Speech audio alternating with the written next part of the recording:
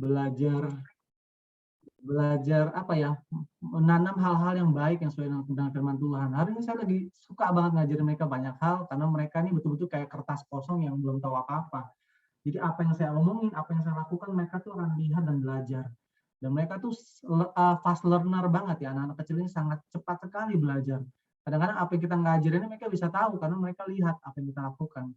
Hari ini saya lagi ajarin mereka bagaimana konsisten kita doa, udah jalan mungkin hampir setengah tahun ya doa tiap malam, kita mesbah keluarga bareng. Kalau dulu saya cuma sama istri, sekarang udah bisa doa bareng anak gitu ya, berdoa bareng. Dan sehari dan sebulan 2 bulan ini kita mulai ada ayat hafalan buat anak-anak. Dan luar biasanya nih anak-anak umur 5 atau 3 tahun udah punya beberapa ayat-ayat hafalan ya. Jadi tiap minggu kita kasih ayat baru, ya kita kasih yang simpel-simpel aja, misalkan love the Lord with all your heart, with all your mind, with all your soul. Terakhir ini lagi belajar tentang menghormati ayah dan ibu. Dan saya melihat mereka luar biasa. Bahkan yang dua anak ini udah hafal doa Bapa Kami ya, Lord's Prayer mereka udah hafal. Kita tiap malam kita juga doakan dan saya melihat bagaimana kehidupan kita penuh dengan pembelajaran. Ya, harusnya sih kita terus belajar. Cuma seringkali kan kadang-kadang kita ngerasa, udah bisa, udah cukup lah, udahlah stop lah belajarnya. Capek lah belajar terus di SD, SMP, SMA, kuliah, begitu lulus kuliah, udahlah stop belajar gitu kan. Dan akhirnya kita ya udah berhenti bertumbuh. Gitu. Wise man, aduh ketutupan video.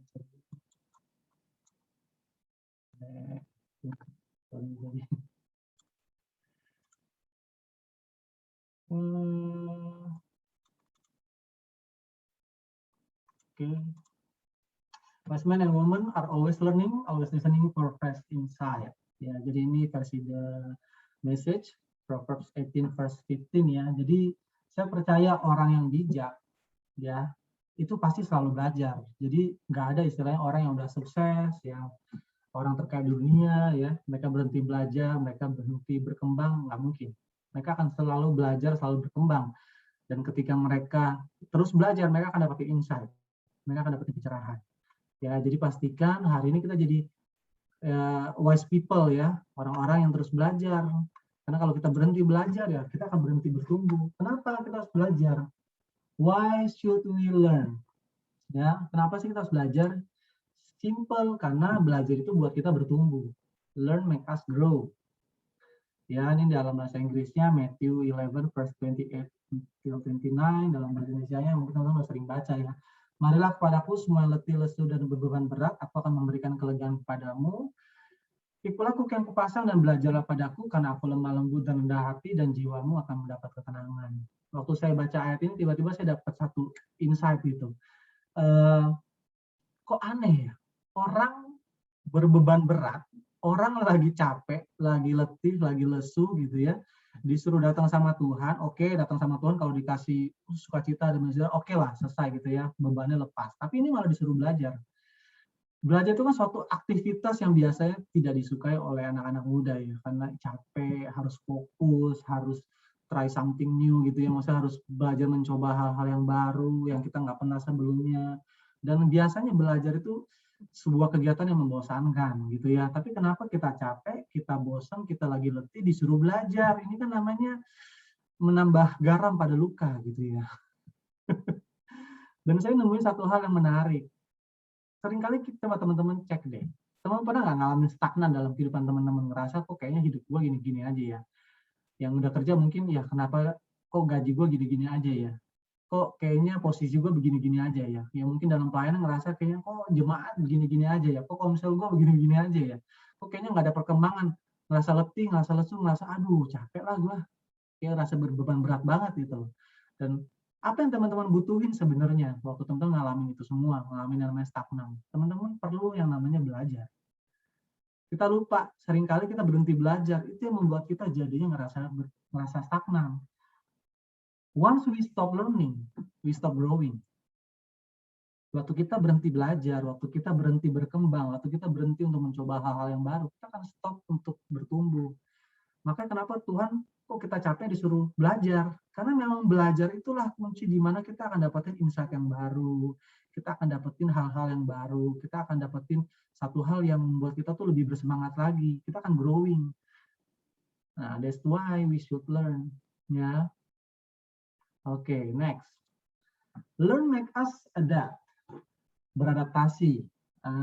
Bahasa ini Roma 12 ayat 2. Janganlah kamu menjadi serupa dengan dunia ini, tetapi berubahlah oleh pembaharuan budimu, sehingga kamu dapat membedakan manakah kehendak Allah, apa yang baik, yang berkenan kepada Allah, dan yang sempurna. Gini teman-teman, waktu kita belajar, kita tuh jadi tahu apa sih yang lagi ngetren, apa sih yang lagi happening gitu ya, lagi tren di tengah-tengah generasi kita. Nah, itu membuat kita akhirnya bisa beradaptasi. Nah, di ayat ini katakan janganlah menjadi serupa ya. Bedakan antara beradaptasi dan menjadi serupa dengan dunia. Kita beradaptasi dengan dunia ini harus. Sebagai anak Tuhan kita nggak boleh menutup diri dari perkembangan ya teknologi dan perkembangan zaman ini ya. Tapi kita jangan jadi serupa terhadap dunia ini. Justru kita harusnya mempengaruhi. Nah, waktu kita belajar, kita jadi tahu apa yang jadi kebutuhan generasi ini. Teman-teman jadi tahu apa sih yang membuat jemaat, anak-anak Komsel ini kira-kira jadi kebutuhan mereka tuh apa gitu loh. Apalagi di tengah-tengah masa pandemi, semua serba virtual. Kadang-kadang kita jadinya kalau kita nggak kreatif, kalau kita nggak belajar untuk bertumbuh, mencari cara, mencari hal-hal yang menginspirasi gitu ya, nah, kita akan jadi monoton. Ibadah kok gini-gini aja ya, kok kayaknya nggak ada sesuatu hal yang membuat kita lebih, anak-anak lebih semangat, lebih antusias. Kok konsel gue gini-gini aja ya. Nah, we have to learn something new. Kita harus belajar bertumbuh, kita harus belajar sesuatu yang baru supaya kita tahu apa yang jadi needs, jadi kebutuhan generasi ini, kebutuhan anak-anak konsel kita, kebutuhan anak-anak bina kita, ya. Jadi kita harus belajar. Dan waktu kita bertumbuh, waktu kita belajar, kita jadi bisa ngajar dan bisa memenuhi kebutuhan orang lain. Itulah fungsi kita belajar, kita beradaptasi. It's impossible to teach what we don't know ya. Mustahil lah kalau kita ngajar hal yang kita nggak tahu, nggak mungkin. So we have to learn first ya. Kita harus belajar dulu, baru kita tahu apa yang kita mau ajarin. Ya, it's impossible to teach what we don't know. And it's bullshit to teach what we didn't do. Ya, ini agak kasar, sorry ya. Omong kosong kalau kita ngajar apa yang kita nggak lakukan. Ya, jadi kita juga perlu lakukan apa yang kita pelajari, apa yang kita tahu, kita juga perlu lakukan. And it's powerful to teach what we know and what we did. Jadi waktu kita tahu dan kita udah lakukan, itu akan jadi satu hal yang powerful untuk kita bisa share buat anak-anak, buat jemaat, buat orang-orang di sekitar kita. Okay, then next, why should we learn? Learn make us ready. Kenapa ready ya? Ayatnya dari Galatia 6 ayat 9. Janganlah kita jemu-jemu berbuat baik, karena apabila sudah datang waktunya, kita akan menuai jika kita tidak menjadi lemah. Jadi gini teman-teman, kadang-kadang kita nggak sadar bahwa kita ini sebenarnya bisa jadi orang yang sukses dalam bidang apapun yang kita lagi jalani sekarang. Kalau teman-teman lagi dalam bidang bisnis, teman-teman bisa sukses di bisnis. Kalau teman-teman lagi di bidang pendidikan, teman-teman bisa jadi pengajar, bisa jadi orang yang benar-benar berpengaruh di dunia pendidikan. Kalau teman-teman lagi di dunia mungkin IT, ya mungkin teman-teman lagi di dunia entertainment dan lain-lain, teman-teman bisa jadi orang yang sukses dan powerful di bidang teman-teman. Kalau teman-teman ready, teman-teman siap waktu kesempatan itu datang. Karena gini teman-teman, seringkali kita gagal bukan karena nggak ada kesempatan. Seringkali kita gagal karena kita nggak siap waktu kesempatan datang. Ya, jadi sebelum kesempatan itu datang, kita siapkan diri kita. Kita latih diri kita belajar, kita bertumbuh, kita perlengkapi diri kita dengan apapun yang kita butuh gitu loh. Kalau teman-teman mau masuk dunia entertainment, teman-teman perlu belajar bagaimana menjadi mungkin influencer yang bisa memberikan pengaruh yang positif, bagaimana bisa melihat kebutuhan dunia dan lain-lain gitu ya. Kalau teman-teman menjadi bisnismen, teman-teman perlu lihat ya, perlu perlengkapi diri teman-teman dengan hal-hal yang membuat teman-teman siap untuk jadi seorang bisnismen, belajar, baca-baca buku, ya belajar dari orang-orang yang udah sukses dan segala macam. Jadi teman-teman siap nih ketika teman-teman kesempatan datang, teman-teman udah siap. Abraham Lincoln bilang gini, give me 6 hours to chop down a tree, and I will spend the first 4 hours sharpening the axe. Jadi kasih gue 6 jam untuk nebang pohon gitu ya, dan gue akan pakai 4 jam pertama itu untuk mengasah kapaknya. Dari 6 jam dia butuh 4 jam untuk masak kapak. Itu bicara soal apa? Itu bicara tentang preparation, itu bicara tentang persiapan. Waktu teman-teman mempersiapkan diri dengan terbaik, dengan fokus, dengan belajar sungguh-sungguh, teman-teman akan lebih siap ketika kesempatan itu datang, teman-teman akan jadi orang pribadi yang berhasil pastinya. Oke, dan ada satu kisah menarik tentang Jesus before 30 ya. Saya tidak teringat. Kenapa sih Yesus baru muncul umur 30 dan dia melayani 3,5 tahun? Sampai umur 33 lebih, dia akhirnya disalib. Kenapa dia cuma melayani 3,5 tahun? Kemana Yesus? Atau apa yang Yesus lakukan before 30? Sebelum umur 30 dia ngapain?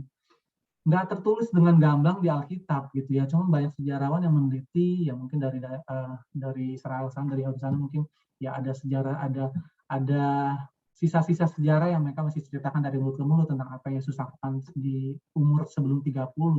Cuman yang saya percaya adalah gini, Yesus pasti berlatih dan mempersiapkan dirinya untuk pelayanan ini. Dia tahu nih pelayanan akan jadi pelayanan yang luar biasa, akan jadi pelayanan yang memberkati generasi, akan menjadi pelayanan yang akan diingat sampai beratus-ratus tahun kemudian, dan dia harus mempersiapkan diri. Dan bayangin, dia butuh waktu 30 tahun untuk mempersiapkan sebuah pelayanan 3 tahun. Artinya apa? Persiapan itu sangat penting. Saya yakin Yesus membantu si Yusuf, bapaknya mungkin menjadi tukang kayu, dia bantu, dia latih dirinya ya. Sampai dia bisa tergantung di kayu salib berjam-jam, itu membuktikan Yesus punya fisik yang kuat. Dan fisik yang kuat itu nggak diperoleh cuma dari makanan, dia pasti berlatih, dia exercise, dia latih tubuh dia. Dia bisa bangun pagi-pagi benar, itu karena dia terbiasa melakukannya, dia latih dirinya. Dia bisa menghafal begitu banyak ayat-ayat gitu ya, bukan cuma karena dia Tuhan, tapi karena dia memang belajar firman Tuhan, dia belajar Taurat Tuhan. Karena dia juga manusia 100%. Jadi artinya Yesus tadi mempersiapkan dirinya kok untuk sebuah pelayanan yang luar biasa. Nah, masa kita nggak mempersiapkan diri kita untuk hal-hal yang kita mau capai? Masa kita nggak mempersiapkan diri kita kalau kita mau jadi orang yang sukses? So we have to learn, we have to improve ourselves, ya. So we get ready when the chance, the opportunities come. Oke, ya, teman-teman, and how to learn effectively, ya. Intermezzo sedikit ini PowerPoint luar biasa sekali ya, ini istri saya siapin ya, memang dia ahli di bidang ini.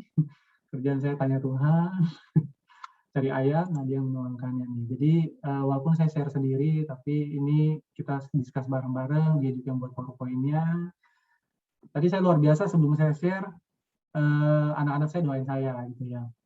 Saya bilang gini, Eden, Jirel doain Dedi dong, Dedi ntar lagi mau khotbah nih. Tahu pertanyaannya apa? Dedi, khotbah itu apa? gitu kan.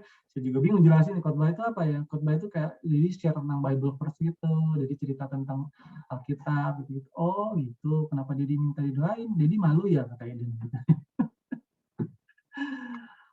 Ya, Dedi agak sedikit malu gitu ya. Terus ya udah mereka doain saya dan luar biasa sekali. Jadi apa yang saya share ini adalah hasil kolaborasi dari satu keluarga gitu ya. Gimana cara belajar efektif? Yang pertama, having teachable heart.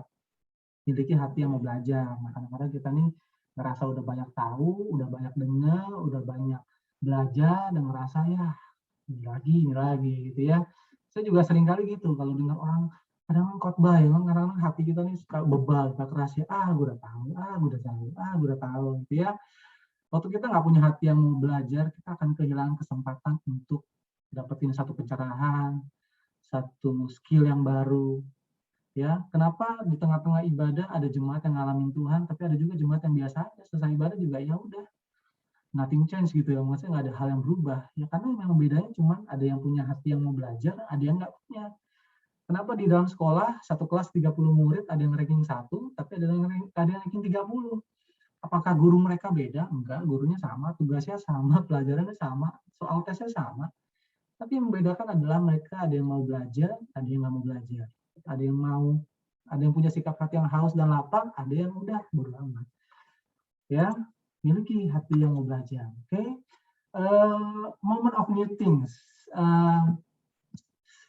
Teman-teman ciptakanlah momen-momen untuk kalian bisa belajar satu hal yang baru.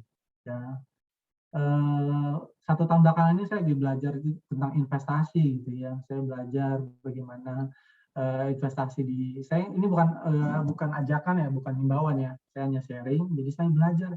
Awalnya teman-teman saya udah join duluan kan, udah belajar tentang investasi. Wah, saya pikir malas lah, ngapain lah. gitu kan. Pada stigma saya masih negatif, investasi segala macam. Tapi akhirnya saya buat momen, saya harus make momen ini, saya harus buat satu momen di mana saya bisa belajar ini, saya harus sengaja untuk belajar gitu, dan saya coba cari tahu informasi dari internet, saya coba ikut seminar-seminar, saya coba ikut apa namanya ya, webinar-webinar tentang investasi dan lain-lain, dan saya akhirnya belajar bagaimana technical analisis, bagaimana teknik fundamental analisis dan lain-lain. Jadi saya belajar dan akhirnya saya coba join dan saya bisa dapetin momen-momen di mana ternyata saya bisa menghasilkan profit dari sini gitu. Dan kita harus ceritain momen-momen di mana kita belajar hal yang baru. Kalau dulu zaman-zaman saya masih SMA, pelayanan di pelajar, saya ingat waktu itu rintis Komsel, di dalam Komsel kita mau kita mau nyanyi, nggak ada yang bisa main gitar, dan mau nggak mau saya belajar. Dan saya buat momen itu, saya belajar. Saya minta beliin gitar walaupun belum bisa main gitar, dan saya harus bisa main gitar, dan saya belajar otodidak. Saya belajar dari YouTube waktu itu, saya belajar dari buku-buku musik, dan akhirnya saya bisa main gitar. Jadi teman-teman harus menciptakan momen-momen di mana kalian belajar sesuatu hal yang baru yang bisa menunjang produktivitas teman-teman. Oke, ya kalau teman-teman nggak cipta momen itu, kadang-kadang momen itu bisa tercipta sendiri tanpa di luar kehendak kita ya. Saya ingat waktu saya kecelakaan motor waktu saya masih SMA, itu saya harus terkapar di kamar selama hampir 2 minggu, nggak bisa jalan karena kaki saya dijahit. Dan di momen itu saya bosan, saya nggak tahu mau ngapain, dan akhirnya saya mulai baca-baca buku rohani. Disitulah pertama kali saya baca buku rohani, dari 1 buku, 2 buku, 3 buku, sampai akhirnya sekarang hampir ya mungkin ratusan buku saya baca, dan akhirnya saya sempat buka perpustakaan kecil waktu itu dari buku-buku yang udah saya baca. Jadi kadang-kadang Tuhan yang menciptakan momen itu, dipaksa gitu untuk belajar suatu hal yang baru. Tapi kadang-kadang ya kita juga bisa menciptakan momen itu sendiri ya teman-teman ya. Ketiga, acknowledge your power. Waktu teman-teman udah belajar sesuatu, mencoba banyak hal-hal yang baru, teman-teman harus sadari kekuatan teman-teman di mana. Jangan teman-teman memaksa dirimu melakukan hal-hal yang engkau sadar engkau ini nggak engkau nggak nggak produktif di hal seperti itu. Jadi stop melakukan hal-hal yang tidak produktif dan belajar mulai kembangkan atau fokus ke hal-hal yang jadi power kelebihan teman-teman. Saya ingat waktu itu saya sebelum main basket, saya tuh dulu main sepak bola, main futsal. Saya main futsal sama pokok saya, sama teman-teman. Saya ngerasa saya bisa main, tapi kok kayaknya yang lain lebih jago gitu ya. Kayaknya yang lain lebih berskill gitu. Dan akhirnya saya belajar, udahlah, coba hal yang baru gitu. Dan saya mulai kenal basket, saya mulai coba-coba, dan saya ngerasa saya lebih berbakat, dan akhirnya saya bisa berprestasi juga, juara beberapa kali kejuaraan basket waktu zaman SMA. Jadi ya belajar acknowledge your power, kekuatan kita di mana, bidang apa. Ya jangan maksa gitu. Saya punya murid, saya tanya mau jadi apa, ada yang mau jadi profesional gamer, terus saya tanya, terus kamu main game apa, main game ini. Gimana kamu main game itu, udah peringkat apa, peringkat ini, ya udahlah kamu stop main game lah kalau gitu, cari yang lain gitu. Karena stop your power gitu, maksudnya sadari gitu loh, kalau jangan cuma pengen jadi penyanyi tapi suaranya pas-pasan, ya udah stop, cari bakat yang lain, cari talenta yang lain. That's why you have to try new things. Semakin kita belajar hal-hal yang baru, kita akan jadi tahu talenta Tuhan ini apa ya buat saya di bidang-bidang yang lain gitu loh ya. Oke, yang keempat, learn from the experts. Jadi belajarlah dari orang-orang yang udah ahli, udah expert di bidang itu. Ya, belajar dari kesalahan mereka, belajar dari kegagalan mereka, supaya kita nggak ngulangin. Dan kita juga belajar attitude mereka, gimana sih cara mereka bisa positif. Mereka pasti punya karakter, punya attitude yang kita bisa tiru, kita bisa contoh. Ya, oke, ini hal yang simpel yang teman-teman bisa ingat nih. Jadi saya udah ngomong panjang lebar, teman-teman mungkin udah lupa slide pertama tentang apa gitu ya. Teman-teman udah lupa tadi ayatnya apa aja. Tapi akronim learn ini akan nolong teman-teman dimanapun teman-teman berada, teman-teman bisa ingat ini dan bisa aplikasi nanti teman-teman. Learn. Yang pertama listen. Selalu belajar dengar, selalu belajar memperhatikan. Listen is not just about hear with your ears ya. Jadi bukan cuma dengar dengan telinga, tapi listen itu bicara tentang memperhatikan, fokus. Waktu teman-teman fokus, waktu teman-teman perhatiin sungguh-sungguh, teman-teman akan belajar sesuatu pasti. Ya. Dan yang kedua, effort. Waktu teman-teman belajar sesuatu, teman-teman perlu ada effort. Nggak bisa teman-teman nggak lakuin apapun. You have to practice what you learn. Ya, kalian harus belajar. Ada usaha yang kalian harus lakukan, ada hal yang kalian harus perjuangkan, ada disiplin yang kalian harus lakukan supaya kalian jadi bisa ahli di bidang itu. Dan yang ketiga ya kalian harus apply, belajar praktis. Kalau kalian belajar bahasa, udah listen nih, udah effort ya, karena harus sering-sering belajar apply ya, karena belajar bahasa itu kalau kita nggak practice daily ya susah. Saya belajar bahasa Inggris, saya ngajar di sekolah internasional, dituntut untuk ngomong bahasa Inggris. Ya, saya nggak kursus di manapun, tapi saya belajar dari media yang ada, saya belajar dari berbagai macam sumber, dan ada effort yang saya lakukan dan practice setiap hari. Dan saya belajar juga ngajarin anak-anak saya, makanya anak saya yang pertama ini bahasa Inggris dia jago, bahasa Indonesia dia jago, dan sekarang lagi belajar bahasa Mandarin dia. Jadi harus apply, oke?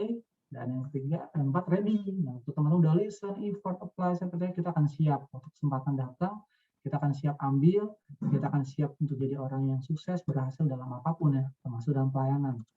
Dan yang ketiga, never give up. Kadang-kadang kita udah ready, kok kayaknya belum sukses, ya jangan nyerah. Ulang lagi siklusnya, ulang lagi, listen lagi, effort lagi, apply lagi, dan ready. Itu sukses ya. Jadi, sorry, itu masih ada yang tanya. Oke, ayat yang terakhir kita akan baca dari nggak ada ya. Oke, mungkin saya lupa masukinnya. Ya, oke teman-teman, itu aja yang mau saya share buat teman-teman. Ya, semoga kita bisa jadi lifelong learner, terus belajar teman-teman. Saya pun masih belajar sampai hari ini, ya. Karena saya percaya waktu kita terus belajar, kita akan terus bertumbuh. Kita stop belajar, kita stop bertumbuh. Kalau prinsip saya di sekolah, di dunia saya ngajar, saat saya berhenti belajar, saya akan berhenti mengajar. Ya, karena saya hanya bisa mengajar apa yang saya pelajari, dan ini generasi ini terus berkembang. Kalau saya stop belajar, saya akan stop untuk bisa ngajarin mereka. Mereka jauh lebih cerdas, mereka jauh lebih pintar, menurut sekarang jauh lebih up to date gitu ya. Jadi saya harus terus ngikutin perkembangan. Oke, itu saja apa yang bisa saya share. Semoga bisa memberkati teman-teman. Terima kasih untuk kesempatannya. Ini langsung doa, Kak. Oke, langsung doa. Ya, langsung doa. Ada yang mau nanya atau kamu mau nanya? Waduh, gitu ya. Saya udah kebiasaan bertanya. Ulangan. Biasanya kalau nggak ada yang mau nanya, saya nanya. Iya. Bebas, pokoknya waktunya kamu. Oke, kayaknya waktu saya udah overtime ya. Oke, nanti kalau ada yang mau nanya bisa langsung nanya ke Karis ya, karena Karis lebih expert di bidang ini. Oke, teman-teman, kita berdoa. Tuhan, kami mengucap syukur, Tuhan begitu baik. Hari ini kalau kami boleh join ibadah online, kami percaya bukan kebetulan Tuhan. Karena ada rencanamu, kami bisa dengar firman-Mu, kami bisa dapetin satu bicaraan yang baru. Itu semua karena maksud dan kehendak-Mu ya Tuhan. Terima kasih Tuhan, Engkau sudah memberkati perjalanan Sparkling sampai umur yang ke-10 ini. Kami melihat begitu banyak karya Tuhan yang luar biasa. Begitu banyak jiwa-jiwa yang diselamatkan, begitu banyak jiwa-jiwa yang bertumbuh dan mengenal Tuhan. Kami juga tahu masih ada banyak hal yang mungkin belum maksimal yang kami lakukan sebagai pekerja, sebagai leader, sebagai anak-Mu Tuhan. Kami percaya ketika kami terus belajar dan terus bertumbuh, kami akan jadi pribadi yang maksimal, pribadi yang serupa dengan Engkau Tuhan. Dan kami bisa melihat dan bisa menuai dengan sorak-sorai dan sukacita karena kami sudah melakukan bagian kami Tuhan. Terima kasih Tuhan. Kami menyerahkan kehidupan kami ke depan ke dalam tangan-Mu, ajar kami untuk terus belajar, terus bertumbuh, be a lifelong learner. Thank you Jesus, thank you Lord, thank you Holy Spirit. Nah, di dalam nama Tuhan Yesus kami bersyukur. Haleluya. Amin.